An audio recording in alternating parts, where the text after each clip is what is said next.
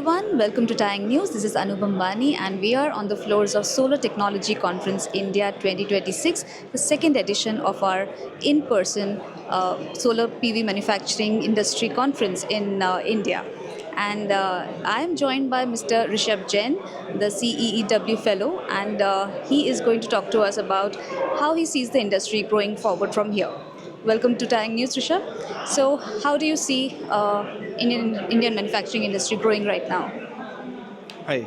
So I would say in the last couple of years, we have seen a rapid growth and in some way exponential growth for solar module manufacturing, maybe not for solar cell, but we would expect solar cell, wafer, polysilicon, hopefully to come up in the next couple of years. While there has been some delays, we are hopeful that some of these facilities will come live and we'll have more higher share of domestic manufacturing in the country. Despite a good start, at least in the module manufacturing, what we are seeing is there are certain challenges in cell, wafer, and polysilicon. This is because of technology, this is because of cost, raw materials which are still imported, and machineries which are also still imported. And given that our experience of manufacturing cell, wafer, polysilicon is very, very limited to nil, doing it for the first time will be very difficult. And there may be iterations, there may be failures, so we'll see where we go.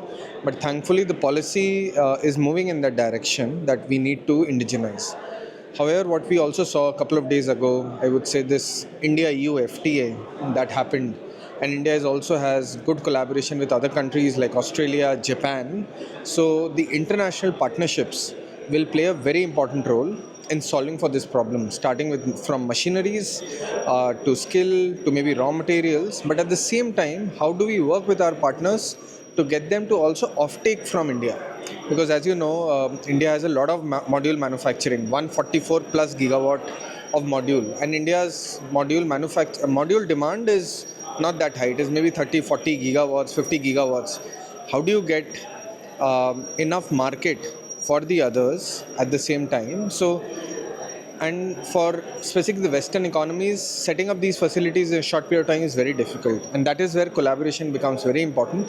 And if we can work with them to develop the tech, but at the same time so that they can offtake our products, maybe through certain financial mechanisms, we'll truly be able to de-risk not just the India, say EU supply chain, but the global supply chain in some way. Very well. So, also one more thing is there that China is the biggest market. There's a lot of learnings that we can take from China. So, how is India, trying to position itself in the global competitiveness in the solar supply chain? Do we learn from China, or are there any mistakes that we should avoid? Not just from China, from rest of the world, also learning from those mistakes. Right. So I would say, I think there's always learnings from all the countries. There may be failures, there may be success, but definitely we can learn from different countries. I think the biggest learning from China is that how do you double down on R&D? And R&D is something that has kept them at the top because they have been able to produce, spend enough money in focusing on next generation technology and then commercializing it. But they are also being able to commercialize because they created enough domestic demand. So the local demand has been the anchor market, and the spillover effects has been from across the world.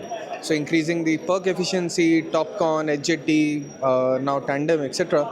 So in that sense, I think by doubling down on some of these aspects, there's enough to learn. But at the same time, what we should not learn from, I would say, specifically from China, is that we cannot always throw money to a problem and try to solve it. So we know that there are a lot of hidden subsidies involved. There's a lot of government support that is there. Maybe for China it is okay. Maybe they view it as a strategic industry. But if other countries try to do it, they have a lot of other priorities. So we cannot expect the Indian government or other government to constantly keep subsidizing the industry. At the end of the day, this needs to be a globally competitive sector. That was going to be the next question. That how does the industry move forward? Because right now it's all policy driven. The support is there, the investment certainty is there because long-term policy. But then what next? Once this subsidy comes down, once the financial support is not so much required, then how does it move forward? Right. So we cannot compete with China now, and very very likely we may not also be able to compete with them in the short term, at least. Though they have removed their export subsidy significantly right now, which may increase the solar module prices globally.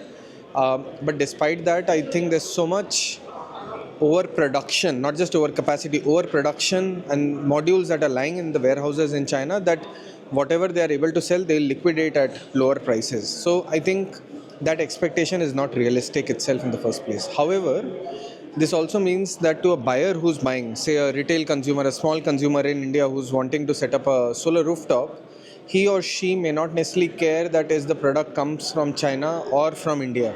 What what the decision will be based on very commercial. It will be based on a financial decision that does it help me save money or it maybe serves some other purpose itself. So in that sense, I think that is what the government is doing in India.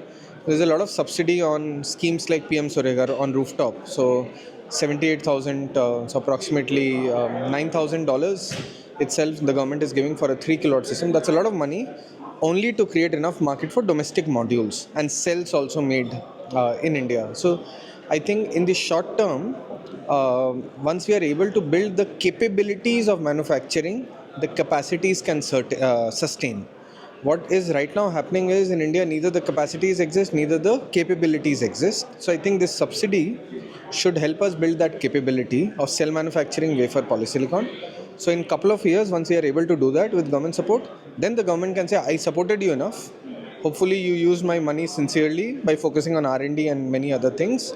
Now I would want you to do you should do it without my support, but also start thinking globally. How can you export products to other countries, say African markets, Latin America, of course European, Australian, other Southeast Asian countries? So that is where the industry should start already thinking, prepare themselves that there's only so many years that you can sustain yourself with government subsidies and certain tariff barriers. After that, you'll have to sustain on your own legs. How are they going to compete against Chinese modules? Still the cost competitiveness will still not be there. So how does this export value work? Yes, and that is where international partnerships are important. So, if we always try to say that, or always try to have the benchmark in terms of Chinese, of course, may be difficult in the short term. But what we can do is the role of certain banks, specifically Exim Bank, and that is also a tool that China has used significantly. That an Exim Bank supports the deployment of a power project in the third country, say India's Exim Bank, and then it mandates that okay, I can finance a power project in your country, say one of the African countries, but it says that the module should be manufactured in India and the cost of loan would be very low. So then as an overall package, it makes sense for the country to do it. And anyways, this is a financial aid that the government also gives. So the government has to start thinking strategically what are the globally who are the best partners that they would want to support. And right now the government gives a lot of aids. So then they say that okay, I'm giving you aid so that you have more power plants in your country. Please take that money, grant, low cost loan, etc. long term. So it makes sense for some of the very developing early stages countries with low incomes. And then they say that condition, and we see that right in India also. When the Japanese government gives us loans, say through JICA and others, they say that you have to use the Japanese technology, say the bombardiers, etc. They're either made in Japan or other countries like Germany. It's already there as part of the deal. I'll give you loan at 0% interest rate, but you have to support my industry. So I think there can be innovative ways. And at the same time, this is one that is the push. So you create a push. But I would say there's also a pull angle where the countries also would want to diversify their procurement. They may say that I don't necessarily always want to put all my eggs in one basket and always buy from China, but there is no other alternative. In solar, other than India, I mean, until recently, there was no other alternative. Every time you had to go. And of course, India also needs to come to that levels. So once we are ready, then they may say that, okay, on an average basis, it makes sense for me, 90% Chinese, 80% Chinese, 20% Indian. So that will be the pull side. But that would also require us to negotiate with some of these countries, build partnerships, leverage platforms like G20 and others, but while focusing on our quality and standards. So we have to, that's why we have to be competitive, not just on cost, but on the tech and R&D. And then, of course, I think we'll be able to find enough buyers who will give that delta to avoid risk on their side. What if tomorrow a country cuts off the supply? India may not necessarily do that, but we have seen supply chains being weaponized earlier in battery technology, machineries, etc. So it's a long-term game, and we have to see like that. And there are a lot of economic benefits, local jobs, and we can then also emerge as a global alternative supplier, and maybe, hopefully, sooner a global leader also in this tech. One last question about circularity. That is, I think your colleague also shared that how an economic benefit also comes out of it. So, what do you have to say about that for Indian context? Two aspects. One of the work that we published more recently in November talks about the economic aspects of circularity. So it says that right now it does not make financial sense or commercial sense to recycle products. And there's a loss of approximately 10 to 12,000 rupees per ton. A couple of years ago, we did a study with MNRE where we estimated that 600 kilotons of waste will be generated by 2030. Otherwise, people always have a perception that maybe end of life the waste will be generated. So two things, right? One, there's enough waste at this particular moment and in the coming years, but at the same time, it's not economically viable. There are a couple of reasons. From our analysis, it is clear that the cost of collection is very high. That is the significance. Approximately 50 to 60% of the cost of a recycling of a product is this. The cost of handling, transportation, etc., or procurement. How do we reduce that? And that is where the developers need to play a very important role. They can either say that, okay, I have a module, there's no use of mine, you just take it away, or don't be too greedy that because someone would make money out of this, I would be selling at a too expensive price. So I think that expectation from a developer needs to reduce, so they can and should sell at a lower rate. Secondly, what we are also recommending and working very close with the government is changes in how EPR certificates work and trade. I mean, how they work is of course clear, but which are the minerals in which EPR for solar modules is allowed?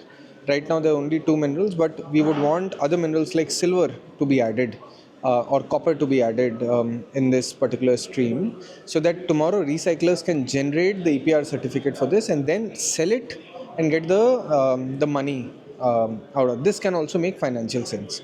And similarly, so when the recycler generates the EPR certificate, he or she would sell it to a producer who would then buy it as part of their obligation.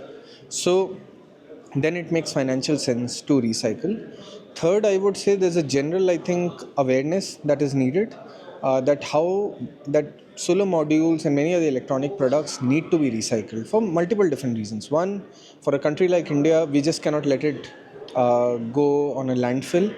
There are, of course, it may not look good because there's so many solar modules. One is aesthetics, but secondly, it may leach itself. I mean, while there are no hazardous chemicals, but still we never know what it mixes with, what are the other products.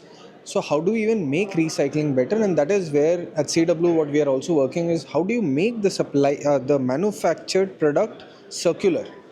What are the design elements that you already put in the design itself, so that when I have to disassemble, when I have to recycle, I don't have to second guess and use all the hazardous chemical. The whole product was designed in a way that it is repairable or recycled. It's very easy. So at that time, the cost is lower and it is easy and you can recover more. So I think that right now across the world, and because a lot of the manufacturing is happening in China, I don't know how we can nudge them, but maybe when India is starting it, it needs to go from day one. When you manufacture, you have to start thinking that this will be recycled 25 years down the line. How do I make it better now, design it better now, so that tomorrow it is? And those are maybe also aspects that can distinguish us from Chinese products. So yeah, circularity is very, very important, and it has to be not an afterthought, but when we start manufacturing itself. Industry can do on its own. Yes, Yes. but they are unfortunately not necessarily thinking a lot right now, and that is where we as a policy research institution need to create more evidence to tell them that how big is the problem, but at the same time, what are the opportunities that lie here. All the best with that, and thank you so much for your time. Yeah, Thank you. Yeah. Thank you. It is always a pleasure to attend the conference with such technical discussions itself. So one of its kind. So congratulations. See you next year. Thank you so much.